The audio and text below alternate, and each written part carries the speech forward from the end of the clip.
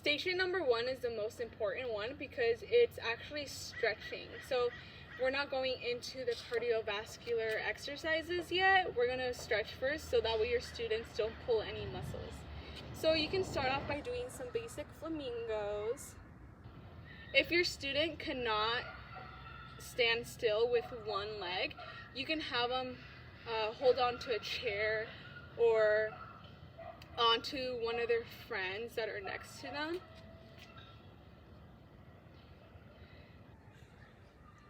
And then you can also have them do some lunges.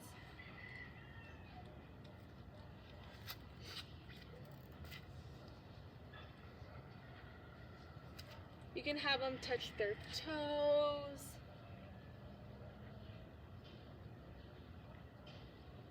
And then you also have to have them stretch out their arms.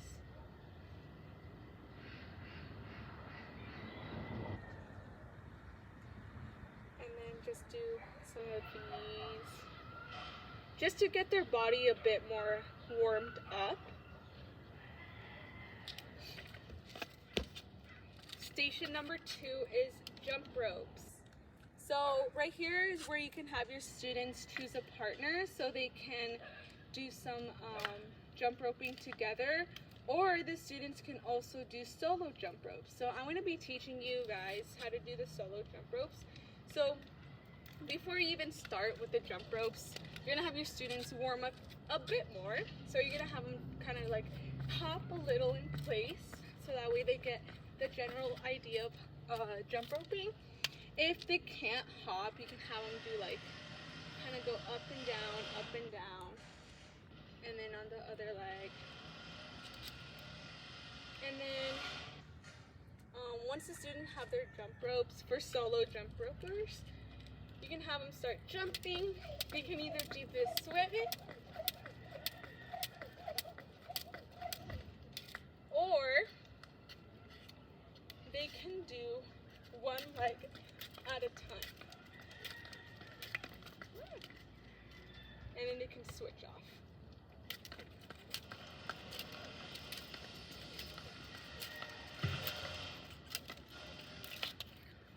So if your students decide to do partners, they're going to choose 2 other people. And then one person on each side is going to be holding the jump rope, while the person in the middle is going to be jump roping.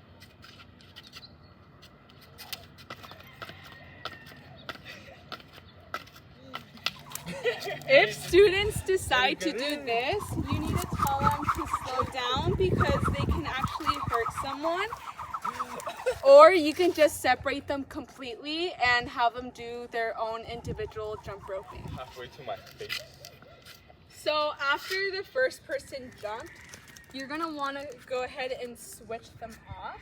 So 1, 2. Okay, so as I'm editing this video, I realized I forgot to mention that if students decide to do partner work, they need to count down slowly in 3. So if you notice in the video, I hit the jump rope to the person in the middle shoe and I was like 1, 2, 3, and then I had them go, because if not, if one person goes before the other one, so the jump rope is just going to be higher on one side than the other, and if the person goes first before like this person, the person in the middle or the student can get hurt like in the face or on the neck, and that's something that we don't want to happen, which is why before they start they need to hit the shoe 3 times. So 1, 2, 3, and then have the students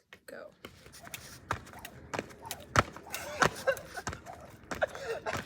Okay. If your student cannot jump rope, they can just go and just practice like this.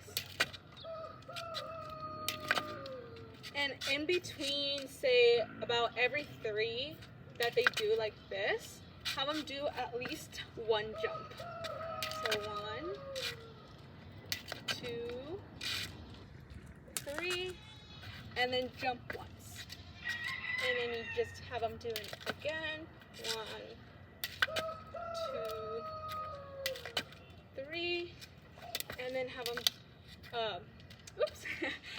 have them jump again like that. So they're still using the jump rope, just in a different way if they're not able to. And then just and if your student is more advanced in jump roping, they can actually move along with the jump rope. So they can go like this.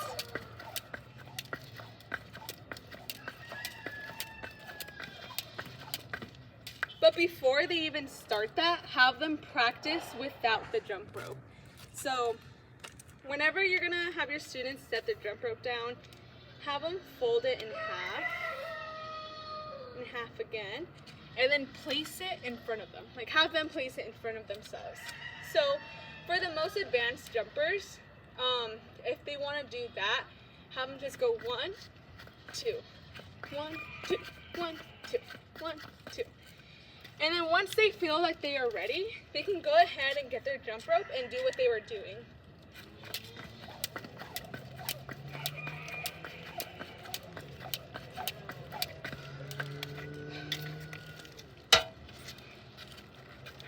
They can also kind of like walk while jump roping, and I'll demonstrate how to do that.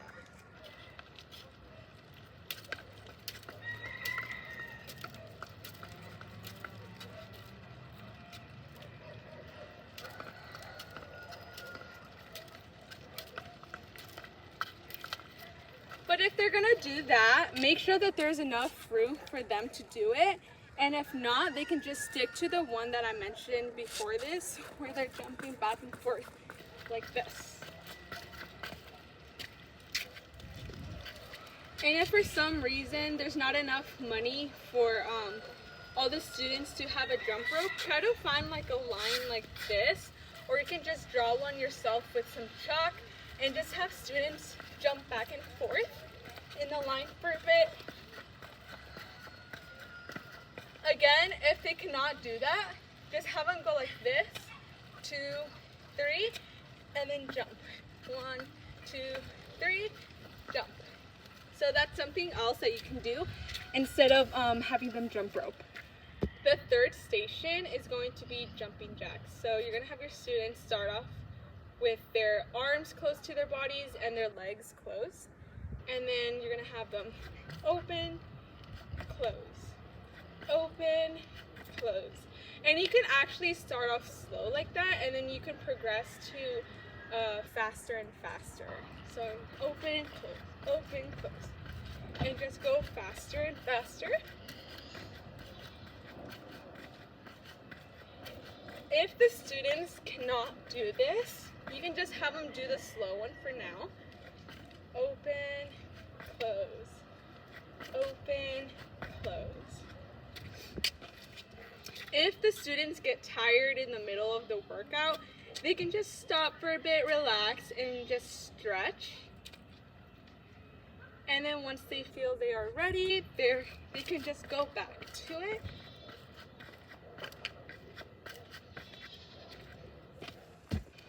This next station is going to be a combination of jumping and doing some squats. So you're going to want to have your students stand shoulder length apart, and then they're going to squat. And then instead of going back up, they're just going to jump back up. So squat, jump, squat, jump, squat. This is day 2 of me showing you guys some cardio exercises without using running. So this exercise kind of involves a couple things. So the first thing is you're gonna have your students kind of open their legs like this. So they're gonna put their knees up and then out. Up, out. So have them practice that part first, and then have them kind of skip over to one side. So like 1, 2, 1, 2, kind of like a V-shaped motion. So it's like 1, 2, 1, 2, like that. And then you're gonna do a combination of both of them. So you're gonna have them open, and then once they put their feet on this side, you're gonna skip twice. Like this, and so on. So I'm just gonna try it from back here. So 1, 2, 1, 2, 1, 2, 1, 2, 1, 2. For those students that can't do both at the same time like this, they can always just do one side at a time, so they can go like this, and then again, and then move on to this side. Whatever is easier for them, or if they can't raise their leg that high, they can always just move to the side without raising their leg. So that's one modification that students can do if this is too challenging for them. Next up, we're gonna do some mountain climbers. So to do that, you're gonna have your students kind of go on the floor and kind of arch their backs like this, and then just do this.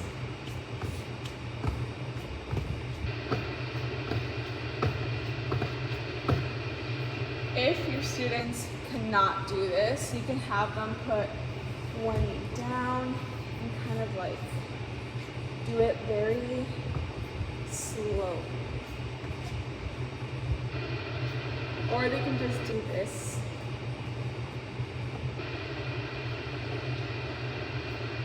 Just very slowly. And then they can stop, rest a little, or they can stretch, you know, and then they can get back to it.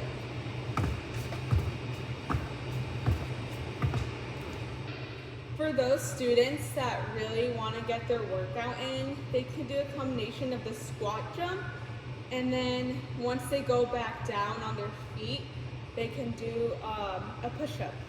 So what you do, you just squat, jump, and then push up. And then you do it again. So squat, jump, and then push up. For those that can't do the push-up, you can either skip it completely, or you can have them go on their knees and kind of do one push-up. So again, it'll look like squat, jump, push-up. So that's what it would look like. Another workout can be high knees. So you can have your students go like this, have them put their hands right here and kind of touch their knees. They can start off slow like this, and then they can slowly start to jump up to their hands. For those students that can't really do this, have them put their hands a little bit lower and then have them jump to there. So it'll look something like this. And then for those that really want to, have them put them more up. That leads me to the next workout where they can put the hands on their back and then kind of touch their heel of the foot to the palm of their hand. So it'll look like this. For those that can't do it, they can go slow like this, or they can go like this.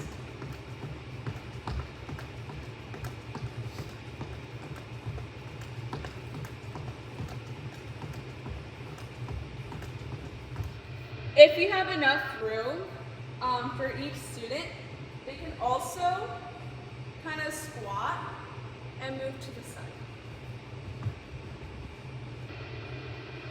And then they would stop and then go again.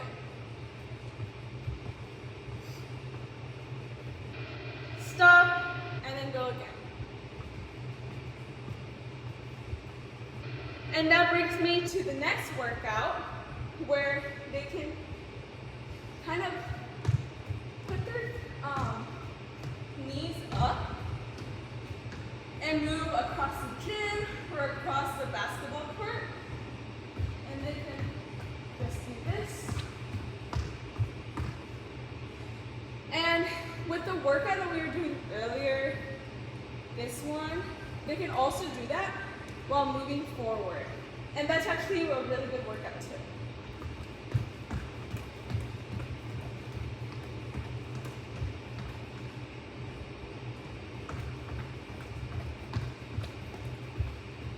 Or they can do a combination of all three.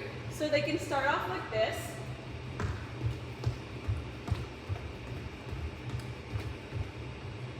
And then move on to this.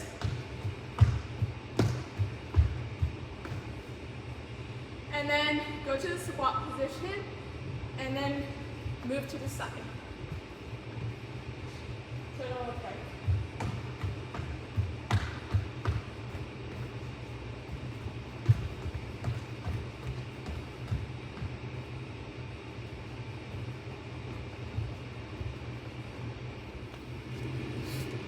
Okay, so this routine is going to require quite a lot of room. So hopefully you're going to be doing this outside in a big field or in the basketball court, and hopefully you have a little bit of students. So first of all, you're going to want to start off by stretching. I'm just going to stretch really quickly, but really if you count to like about 10 seconds maybe.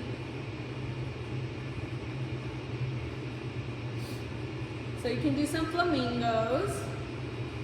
And as I mentioned the other day or earlier in the video, if your students are like tipping over, they can ask the person next to them if they can hold on to them, because if they just hold on to that person, then they both risk falling.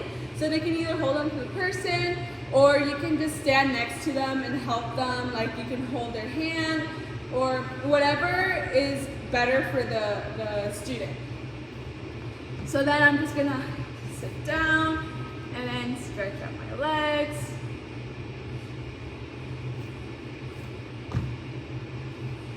After you have stretched out your students, you can start off with high butt kicks.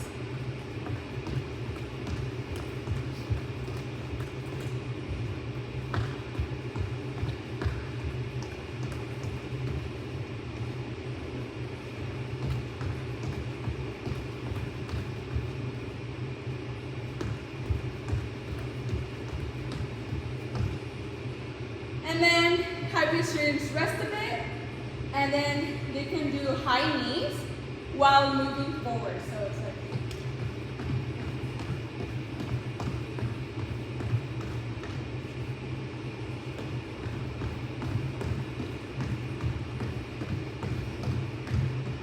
and again, they can rest, and then they can go to their squatting position and then move.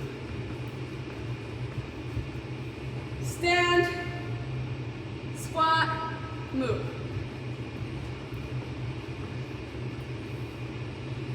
And this is where you as a teacher should look out and see if there's any students having difficulties. If there is, you can bring them not to the front of the class, but kind of in a separate area. So that way, if they're going slower, they don't bump into any other students, but you have to do so in a way that is not noticeable, so that other students can't make fun of them. If you do not have enough room for the students to be moving around like I was doing earlier, you can always just do everything while staying in one spot. So first of all, you're gonna stretch. You know, I already stretched, so I'm just doing this really quick. And then you can do the butt kicks, but just have them stay still. And you can do it for like 10 to 20 seconds, depending on what grade level you're teaching.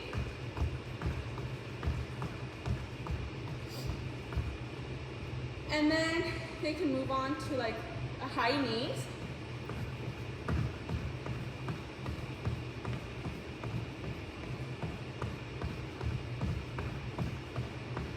And since they can't squat and move, you can just do the squat jump. So you just squat, jump, squat, jump. And they can do like 5 of these. And then they can do it again.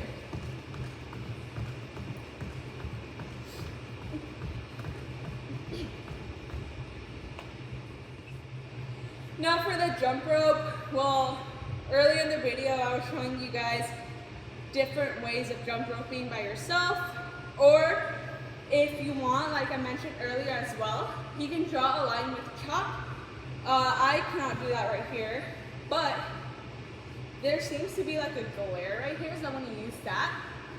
You can have students jump back and forth across the line. So like, boom, boom.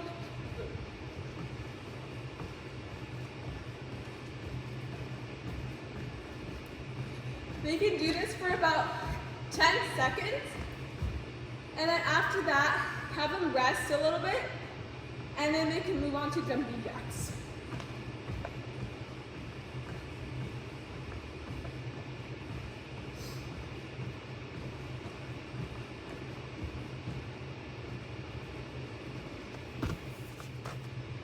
So yeah, I would just recommend you guys having fun with these exercises.